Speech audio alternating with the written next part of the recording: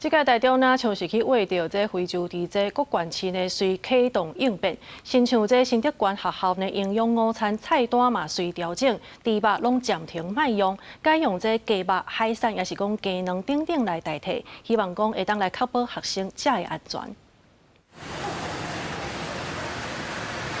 厨房当咧无用，学生的中昼顿。原本菜单顶悬的猪肉，嘛改用鱼啊。受到疑似非洲猪这事件影响，为着要确保学生食安全，新竹县政府宣布，自23开始，县内学生的营养午餐原底有用到猪肉的部分，全部换做鸡肉、海产、鸡卵等等的食材。学校第一个部分会做到检视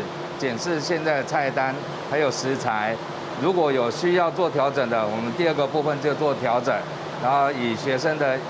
饮食。然后也不要造成太大的一个不便。利用就是相同蛋白质、营养价值的食材去做替换，像鸡肉，然后鱼丁，然后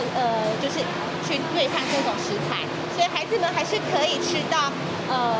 一样营养均衡的营养午餐。除了学生营养午餐禁止使用猪肉以外，教育局表示，目前学生食不完的食物是交予合格业者处理，卖规定业者一定要加强分类甲管理。防止油喷流向市地的业者，确保防疫安全。